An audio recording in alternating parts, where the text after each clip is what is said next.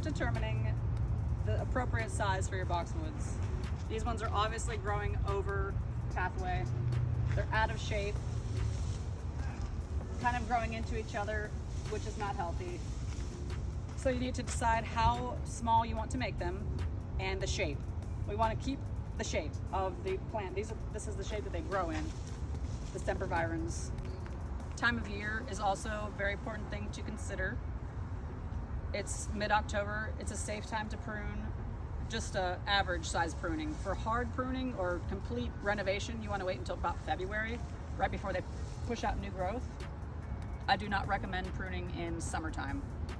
It's too hot, the plants will be stressed, the new leaves can get burned, and it's just unnecessary stress on the plant.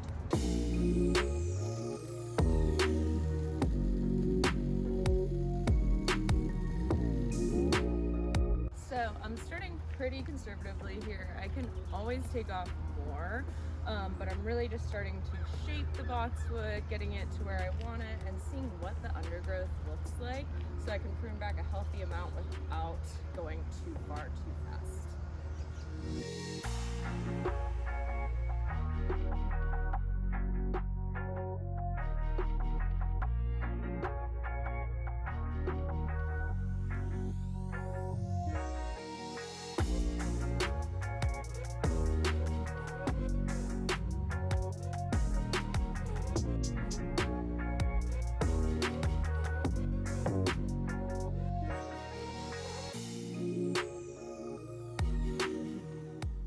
Oh, hello. What are Hi. you doing? Well, we're just fluffing them up to make sure we didn't miss any spots. Trying to get most of the clippings out so they don't turn brown later. What do you do with the clippings?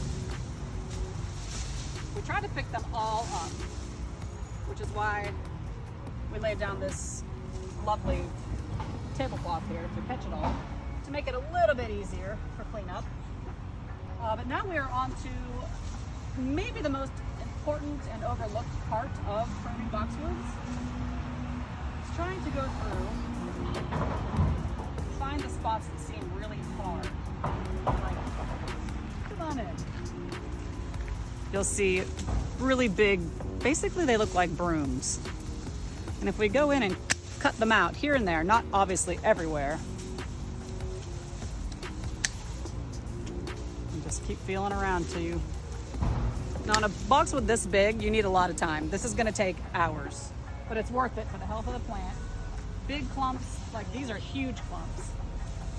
The main idea here is to get light inside. This is an example of what it looks like inside of a boxwood.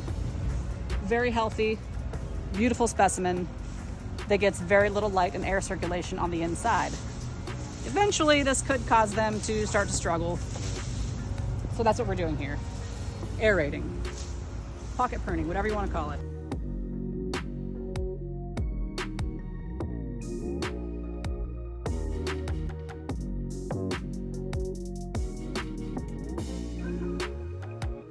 How will you know when you've done enough?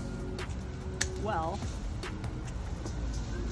I like to try to space out my little holes every 12 inches or so. Another very, very important thing to consider when you're working with boxwoods, especially boxwoods, are diseases. They're very easily spread with pruners, gloves, clothes, pruning shears, anything like that. It's spread by spores, so basically attaches to what you're wearing. You can transfer it to the next shrub, you can transfer it to the next property, which is why I strongly recommend and urge anyone who's doing any work here to have a 10% bleach concentrate that they spray on their tools to try to kill any of these easily preventable fungi from spreading. Boxwood blight is the biggest one, that, especially in the Myers Park and Charlotte in general.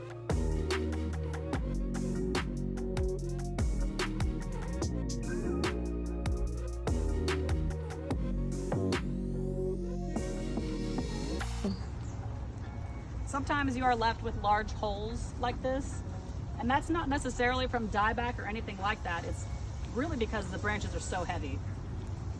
The easiest way to try to fill in your hole is just to take a little bit of weight off. If you go through and cut little pieces off of each branch that's involved, Like this is such a heavy clob right here. But if we just take a little bit off, it lightens it up so much. And it gives it incentive to keep filling in and growing more. So you can keep coming down and doing it too to add strength from below. A lot of boxwoods arch up too, like it's growing like almost like in a circle.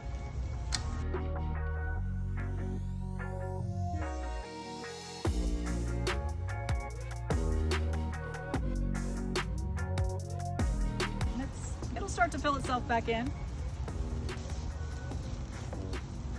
What are you doing?